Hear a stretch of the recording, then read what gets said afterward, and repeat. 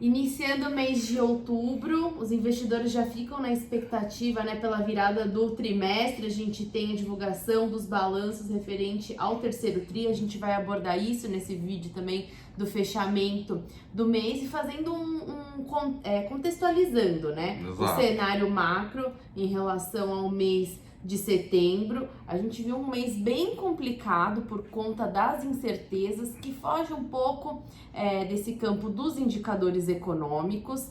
A gente tem um cenário político incerto, tanto externamente quanto internamente. No externo, os investidores começam a prestar atenção com um pouco mais de afinco na questão da eleição presidencial nos Estados Unidos. A eleição é dia 3 de novembro, a gente teve a largada no dia 29, com o primeiro debate presidencial entre Donald Trump e Joe Biden. A gente acompanhou as pesquisas nos últimos meses que mostrou uma vantagem do Joe Biden a cerca de 10 pontos percentuais à frente do Donald Trump. A gente também já teve indicações do Donald Trump que não vai ser uma eleição fácil, porque ele disse com todas as palavras no primeiro debate que ele não vai aceitar perder tão fácil assim e que se ele perder, ele vai sim recorrer à contagem dos votos e por conta da pandemia, muitos desses votos serão enviados por correio e dá espaço aí para contestação. Então a gente tem um cenário político lá fora que começa a causar esse ambiente de aversão ao risco por conta da proximidade. A gente também tem aí incertezas envolvendo a pandemia, então esperava-se já uma recuperação de alguns setores como entretenimento, né, turismo, essa parte de bem-estar e de diversão no terceiro trimestre, na passagem do terceiro para o quarto trimestre, e a retomada do número de casos do Covid na Europa acabou assustando aí, decepcionando os investidores que agora acreditam que isso vai acontecer lá para meados de 2021, ou seja, enquanto não houver uma vacina, esses setores vão continuar sendo prejudicados com esse noticiário da pandemia. Exatamente.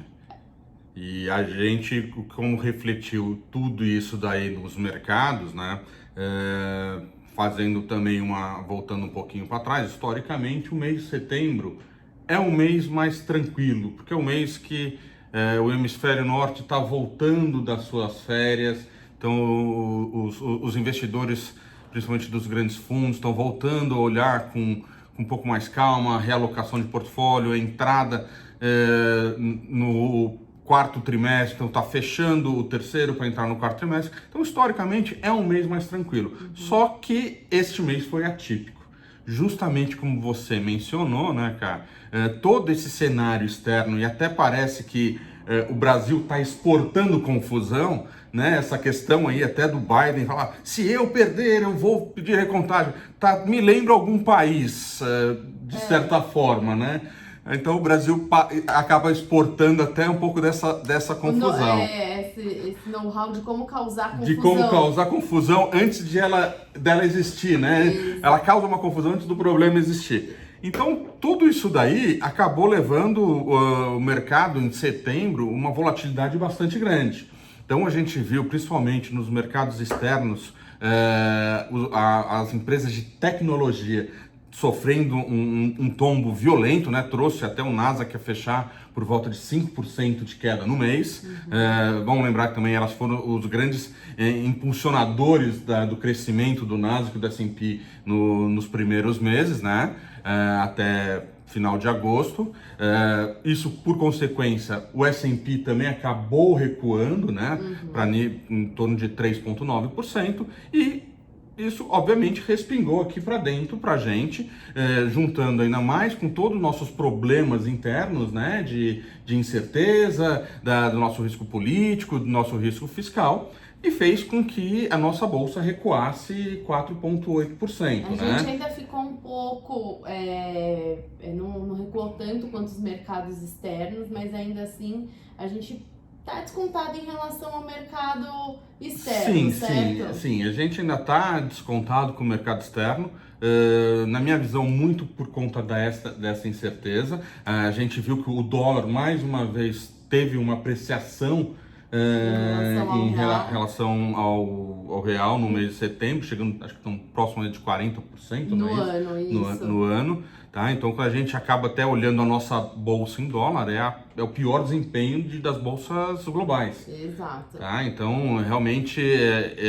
esse seria o cenário que mais preocupa, e é algo que a gente já vinha alertando desde lá de trás, desde de junho, médio de junho, que a nossa preocupação maior não era a Covid, sim o cenário político interno, a deterioração dos acordos políticos, do andamento das reformas, que hoje a gente até pode imaginar que talvez elas não saiam mais esse ano, né? Exato, a gente vai pontuar aqui o que aconteceu no mês de setembro. No mês de setembro, o Bolsonaro ainda estava com aquele projeto do Renda Brasil. Depois ele falou que o Renda Brasil não existiria mais e a gente terminou o mês de setembro com o Renda Brasil se tornando o Renda Cidadã.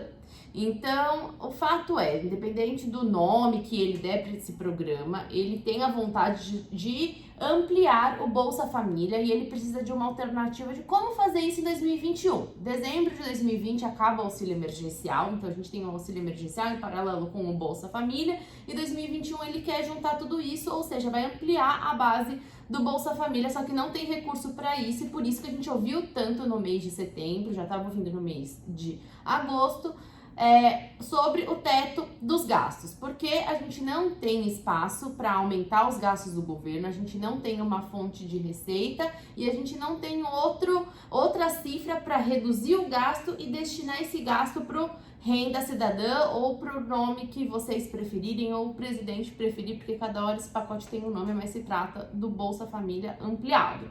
Então, por isso que a gente tem uma percepção de risco grande, mas não por conta só do programa, mas pelo fato da própria equipe econômica junto ao governo não estar sabendo conduzir essa situação. E surpreendeu os investidores nessa última semana de setembro o fato de que a equipe econômica junto ao governo propôs você levar esse programa adiante através dos precatórios, que é um passivo do governo, ou seja, você vai financiar um programa com uma dívida que o governo tem com a população, ou senão você vai usar recursos de um fundo que é para educação básica e que os prefeitos e governadores contam com esse recurso, ou seja, os próprios governos e prefeitos já iam travar essa discussão e também gera questionamento porque está fora do guarda-chuva do teto dos gastos, ou seja, pode-se infringir uma lei de responsabilidade fiscal, tem uma série de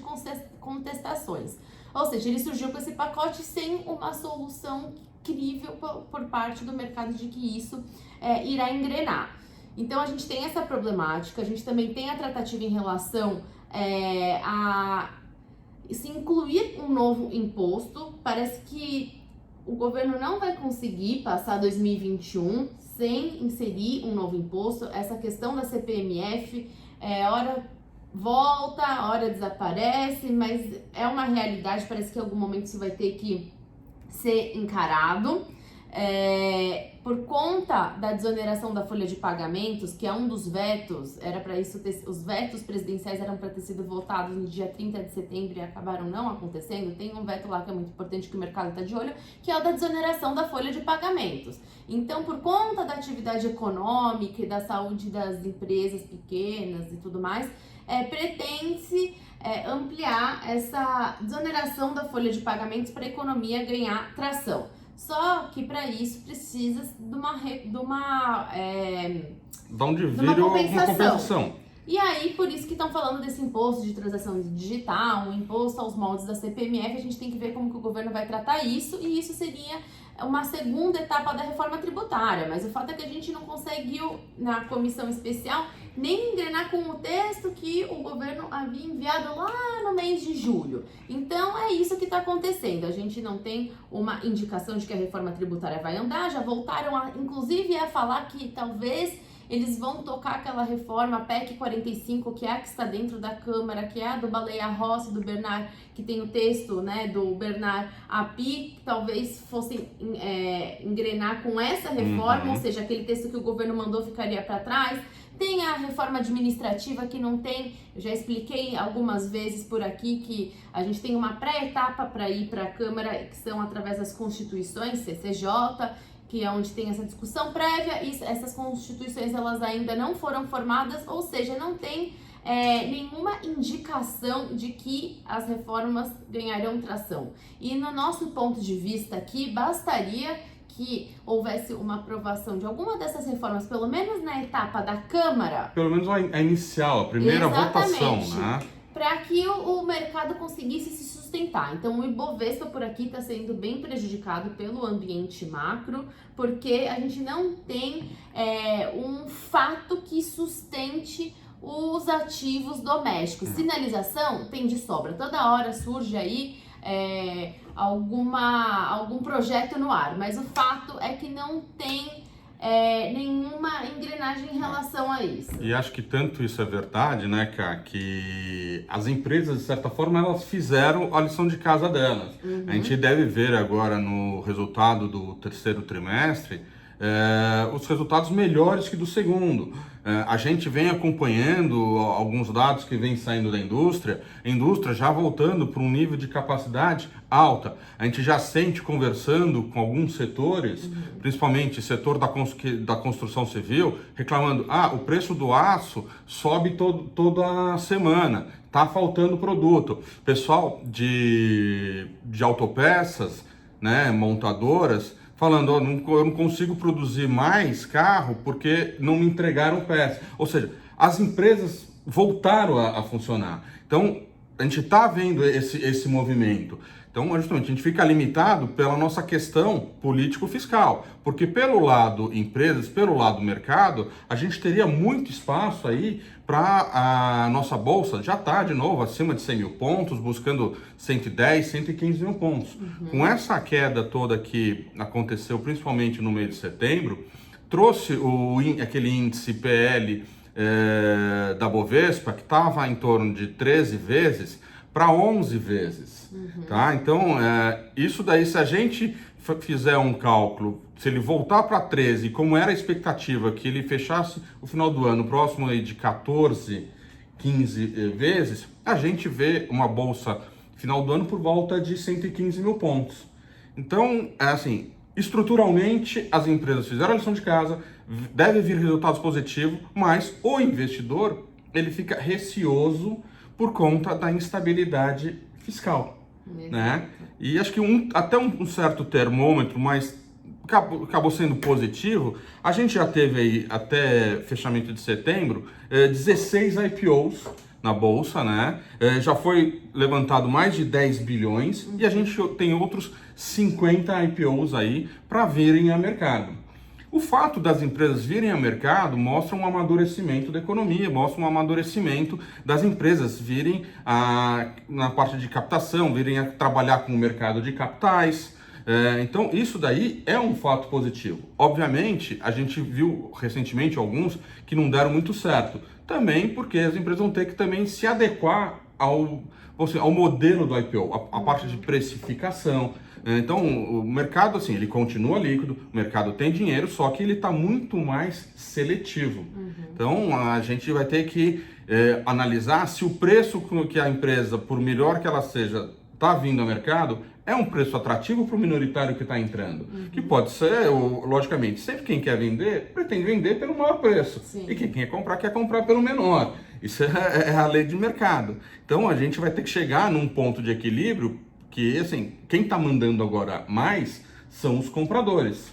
Não são mais os vendedores botando preço. Então, os compradores, eu tenho dinheiro, só que eu estou disposto a pagar um valor X para que eu tenha um potencial, um upside. Então, acho que agora, nesses próximos 4 meses, a gente vai ver bastante IPO vindo aí e acredito numa retomada aí, numa melhora nesse último trimestre para a Bolsa. Vamos torcer. Vamos torcer. Bom mês para nós. Bom mês para todos.